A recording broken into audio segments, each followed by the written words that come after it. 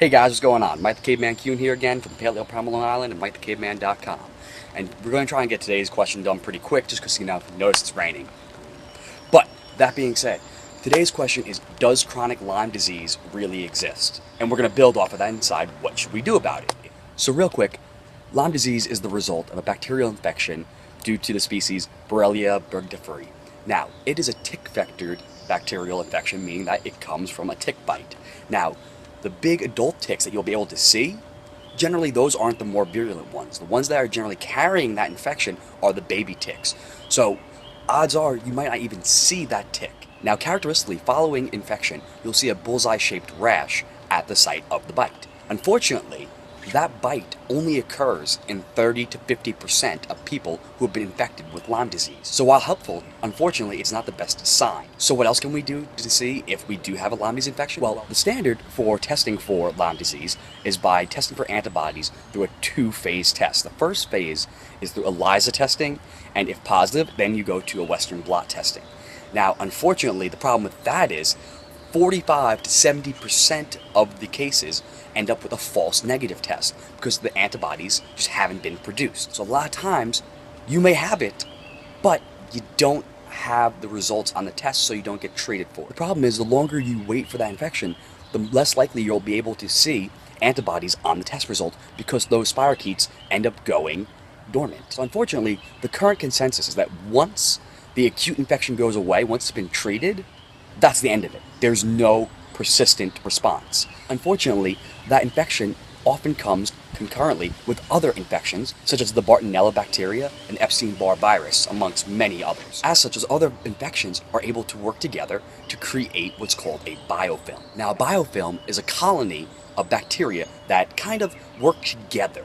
They're like a nice little commune that works together and they try and help each other out, and they actually are able to build a wall around it. That wall protects it from antimicrobial activity. So the normal immune response and antibiotics, be they pharmaceutical or herbal, aren't able to penetrate and get through that. So you need to do something to get rid of that biofilm first. Unfortunately, most general practitioners aren't up to date on the literature regarding Lyme disease, and they're still under the mindset that it does not exist, that chronic Lyme disease does not exist. But that Borrelia bacteria and the co-infections are able to hide behind that biofilm and avoid destruction by that antibiotic. And the recurrent use of those antibiotics ends up resulting in resistant strains. So now you really have a problem. You have antibiotic-resistant strains paired with ones that are hiding behind that biofilm. So what do we do? Well, there's a couple of factors you're going to want to deal with. Oftentimes, people with chronic Lyme disease are going to have issues with their gut health, with their HPA axis, as well as with nutrient deficiencies. So you're going to want to address all of those. You're going to want to get in a quality multivitamin, like we said, like nutrients. You're going to want to focus on your gut health as usual, getting that gelatin, that bone broth. Make sure you're getting a good probiotic like Megaspore. You're also going to want to get in some adrenal support to help deal with the HPA axis. That's where those adaptogenic herbs like the eleutheros and the ashwagandhas come in really handy. What else? Well, once you start to feel a little bit better, now it's time to actually get more active, more proactive. You're going to want to do something about that biofilm. Whether you're using pharmaceutical antibiotics or you're using natural antimicrobials, you're still going to have to dig through that. Otherwise, they will not be effective. So that's where you're going to want to use something like Vibrenza. Okay? Those systemic enzymes, particularly the nattokinase, can help break through that biofilm. So you need something that's going to be able to digest that fibrous biofilm.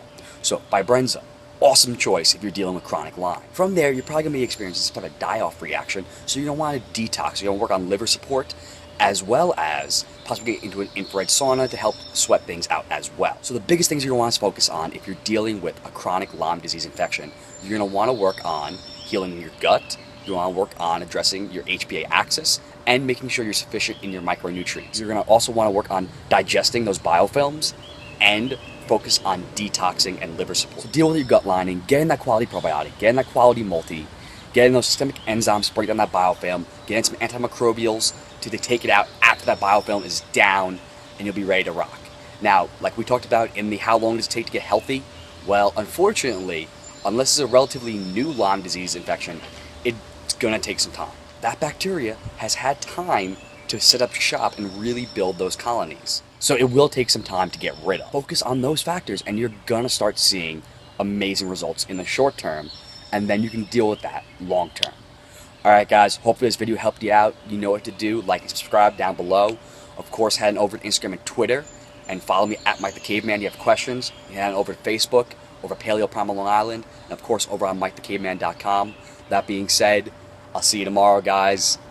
Maybe stay inside because of this rain. I'll see you tomorrow.